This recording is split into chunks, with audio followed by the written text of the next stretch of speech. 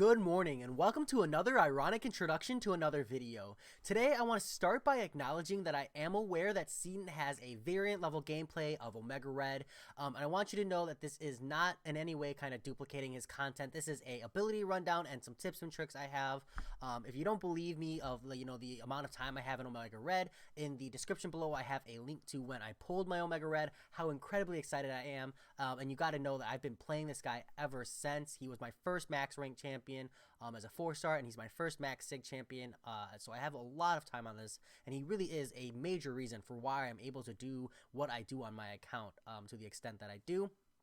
But that said, I wanted to just make that disclaimer so that, anybody, who might accuse me of plagiarism or the like, understand that, just watch this video and you'll see it's incredibly different. What's really been holding me back is that I'm not a good enough player to show off what Omega Red is capable of in things like variant level gameplay. So, I'm really glad that Seatin has that video, because now I don't even need to put gameplay in here. If you want to see just how this guy tears up content, go check out Seatin's video. But if you don't understand why he does what he does, you have this video to fall back on. Another video I need to recommend is 3 ways to start a fight, just because I will be talking about that in my tips and tricks. It's a really good video to watch if you haven't thought about the mechanics behind a start of a fight, and I will have that in the description as well. If you already know all of his abilities and you don't care about getting a rundown of those, I will have a timestamp in the description. And if you don't want to listen to any of the synergies, then I will have a timestamp in the description below that as well. And then after that, I'll talk about tips, tricks, and thoughts on the champion, so you can jump straight to that. That said, diving into an ability rundown here, we have his first ability, which is his awakened ability, Lethal Dose. Passive: when the opponent has 10 or more death spores, the opponent takes a base amount of damage that scales with Omega Red's base attack only. Omega Red's basic tentacle hits have a 30% chance to be unblockable. That scales with the signature level, so it's not that at a lower sig. Omega Red's mutant physiology renders him immune to the effects of poisons and reduces the damage of bleeds by 90%. His tentacle hits reduce 100% of the damage inflicted by enemy abilities that deal instant passive damage when they are struck.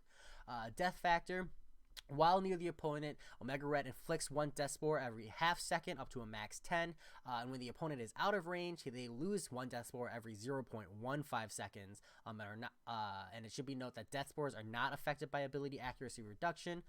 Each death spore lowers the opponent's armor and reduces their chance to purify debuffs by 10%, essentially meaning that they can't purify degeneration, which will come up later.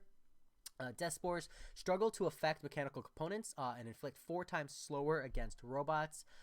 Death field: while Omega Red is bleeding, he emits the death field. The death field causes death spores on nearby opponents to passively degenerate, dealing a small amount of damage per second for each death spore. It sounds like a small amount, but just here on my 4-star, 43 at a multiplier of 30, which is the maximum, is over 1200 damage per second. The death field is not affected by ability accuracy reduction, and its damage scales with base attack only. While the death field is active, the limit of the death spores increases to 30. Heavy attacks inflict a degeneration debuff for 7 seconds, dealing X damage for each death spore on the opponent, and death spores do not expire while its degeneration debuff is on the opponent, so that's incredibly useful. His special 1 removes all the death spores and inflicts a lifesteal, stealing health from the opponent for each death spore removed by this attack. Special 2 is how you activate the death field when you're not bleeding, and Special 3 removes all the death spores to inflict an essence steal, passively stealing health and power for each death spore removed by this attack. Finally, he has synergies with Colossus and Wolverine, giving +4 critical damage, +4% crit damage for each death spore on the opponent. He has synergies with Deadpool, X-Force, and Sabretooth for 30% faster rate to inflict death spores and 30% longer rate for death spores to be removed.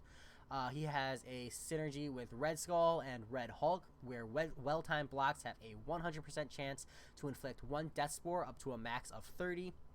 And finally, he has a synergy with Mephisto and Void that causes the death field to deal 10% more damage. So that said, at this point, I will stick a timestamp for specifically people who are only interested in tips, tricks, and thoughts. So I will start here because he is a kind of complicated champion with the Awakened ability. So one of the most common things people will tell you is Omega Red has to have a high signature level in order to have value. And the reason for that is the way the curve works is you get like 10 times as much damage from the Awakened ability, from the Sig level change.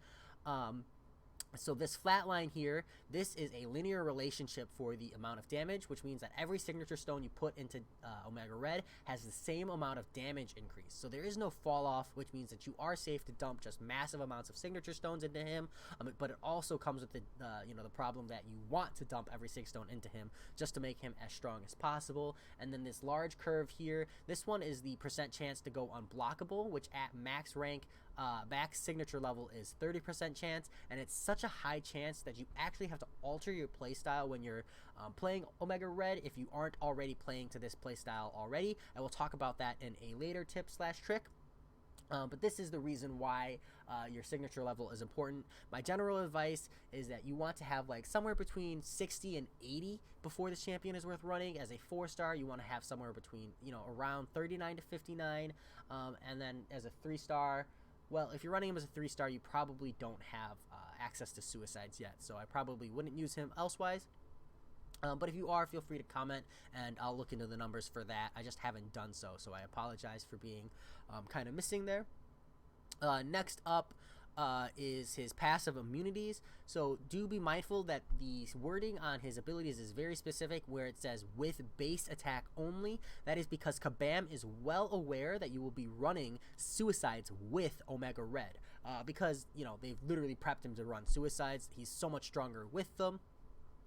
So when you read, renders him immune to the effects of poison, obviously you run Liquid Courage, and reduces the damage of bleeds by 90%. This is where masteries become, more important, is 1 point in willpower, means that you're healing just from the damage from Double Edge, because of the 90% damage reduction, but 1 point in Coagulate as well, means you're not taking any bleed damage at all, but you still have a 16-second debuff, which means 1 point in willpower, not accounting for a recovery, is a solid 8% heal at the start of every fight.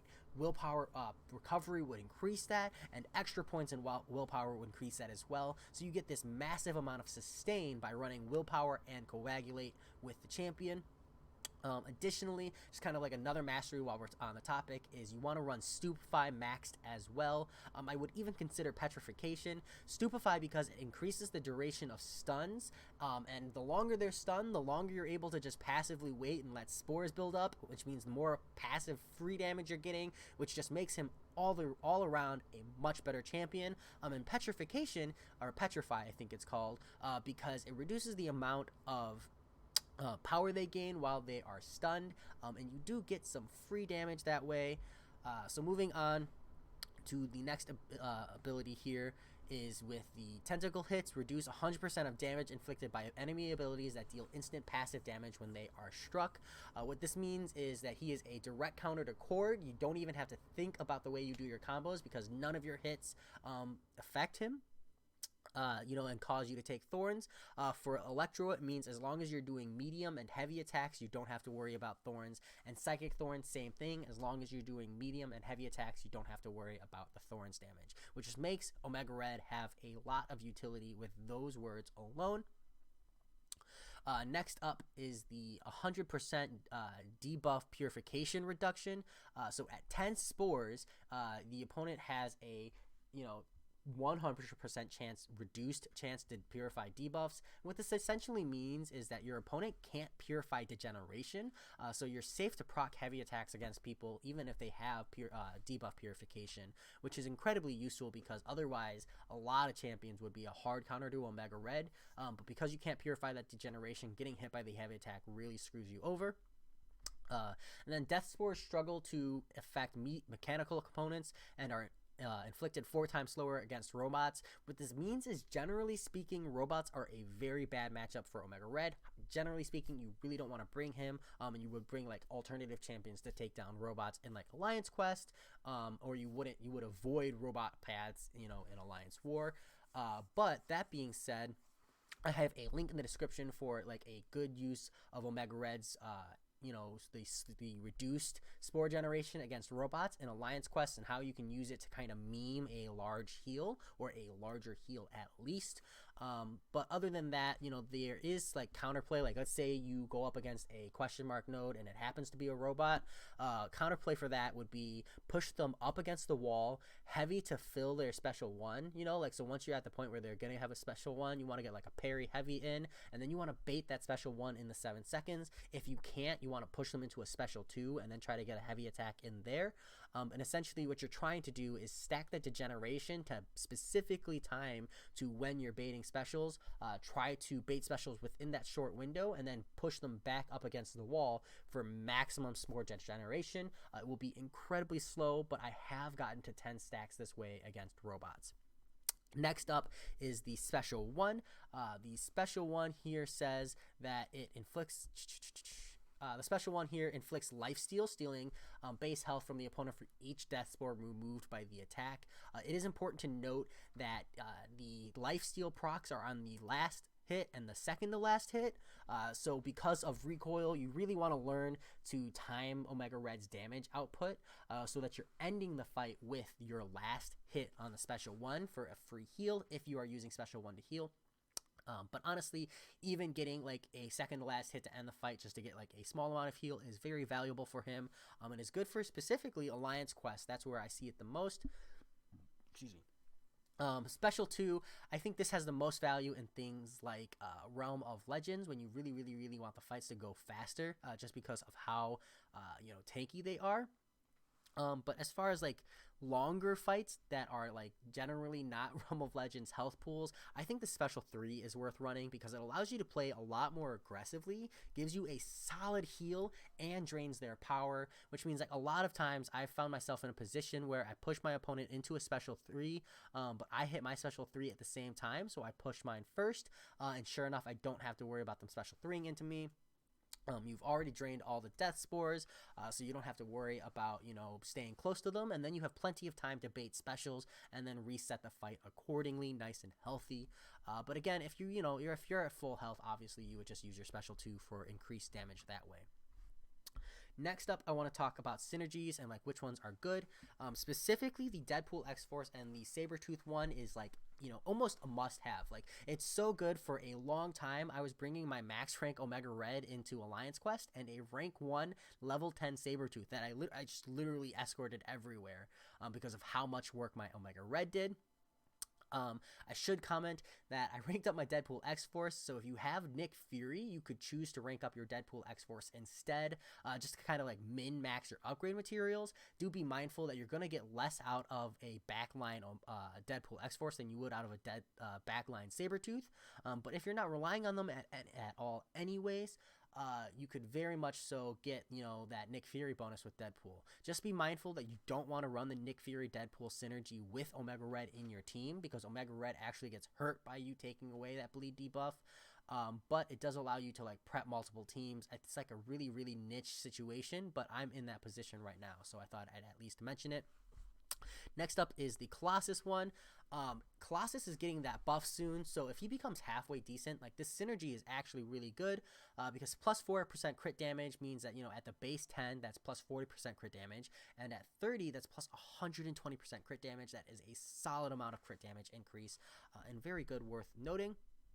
The Red Hulk, Red Skull synergy is kind of like not great, so I wouldn't really recommend it. There might be a unique scenario where this is good. I just don't know what it is yet. And it probably comes down to the other two champions getting better deals out of this synergy. And then finally is the Mephisto Void synergy. I personally think that the increased damage on the death field is very solid, but I think this comes up the most in Alliance War, when you want to use Mephisto or Void to counter a specific champion or a specific node. This really gives you solid utility options between, taking 2 of these champions, or maybe bringing Colossus when he, ever becomes halfway decent. Next up, I want to talk about the 3 ways to start a fight, and that's because I have the ideal start to a fight here. I should note I'm not sponsored by anyone. It's just a free-to-play video user, so there will be ads on there occasionally. But 3 ways to start a fight is a standard parry, a standard dodge, or a quick draw. With Omega Red, you want to do a parry start, and the reason for that is that when you do a parry start, you can wait out the parry, with the stun and the stupefy duration increased, and then that generates spores the whole time you're waiting. You go into a combo, and then you proceed from there. For the standard gameplay, you don't have to worry about counting your combos or matching it specifically, but I want to talk about specifically the perfect ideal start to a fight. And the ideal start to a fight for Omega Red, in my opinion, is a parry, stall the timer, 4-hit combo, parry, stall the timer, 3-hit combo, parry, heavy attack. Because when you do that, after your 3-hit combo, your opponent still doesn't have their special 1. They are just a sliver away, and that sliver means that you are free to stay up and on them without having to worry about baiting a special and losing your spores. You get the maximum amount of spores when you apply your heavy attack, and after you heavy attack, you can let your champion walk up to the opponent, allowing you to be in the position where they are very likely to use their special 1 right away, opening up a window where you can beat back into them, and not have to worry about degeneration falling off and you losing spores. So that said, I have a video here just kind of showing what I mean. So I play that for you here real quick. It's 20 seconds. So you see here, I go for a 4-hit combo. This is a limbered Captain America, so I'm being a little less precise with the timer, but you can see on that heavy attack one, I just nailed the perfect timing, like really milking the timer for as long as possible. I'm going to play this again because it is just 20 seconds, so anybody who was like, wow, that went really quick, you want to see it again, here we go. 4-hit combo. I wait as long as I'm comfortable with on the timer. I don't want to accidentally get punished for waiting too long, but as you get better, you'll be able to time that like perfectly every time and get the most out of it. And you can see here, by the time I've gotten my 4th parry, he's just dead. Absolutely nuts. This guy is insane. That said, moving on to accommodating the unblockable medium attack. When you are trying to accommodate that, what you want to do is you want to go every time you dash in with the medium attack, or every time you use a medium attack into a block, what you want to do is always follow up with at least 1 light attack, probably 2 to be honest, just to be safe, because what that means is that once you input that medium, if it goes unblockable, you don't have to react to it being unblockable. You are just already inputting a combo, and worst case scenario, if you're punching into a block, a couple light attacks will put you in a situation where you can back off and not be punished. I have found myself in situations where I've used a medium, it's gone unblockable, and then I've gotten punished because I didn't combo into them, and now I'm wide open after using a medium with no combo end. So yeah, it really is something you need to be mindful of. My solution is to just always interact with opponents this way. So now from on with any champion, whenever I medium into a block, I always go like light, and then back off. It really opens up the most amount of response time for you as a player. And then finally, my last tip is that I do not use a medium and then a heavy attack after a parry, unless I have to, like if I know it's going to push them into a special.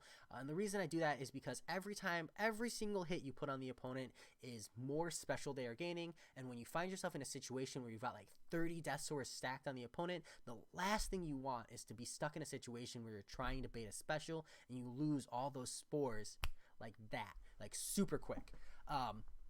So that being said, I personally do the minimal amount of hits I can to start. I try not to medium heavy attack unless the timing is right. But I do still do my standard 5 combo because you want to get that 5 combo in just for timing. And then, yep, that's it. You want to do your standard. Like if you find yourself in a position where you need to bait specials, you're gonna want to like try and get a parry into a heavy attack, because then it's better to bait 2 specials, even if you push them into a second one at that point, just because those death spores will do a lot of damage over time. That said, this video has gone on longer than I needed it to, but I will talk to you later.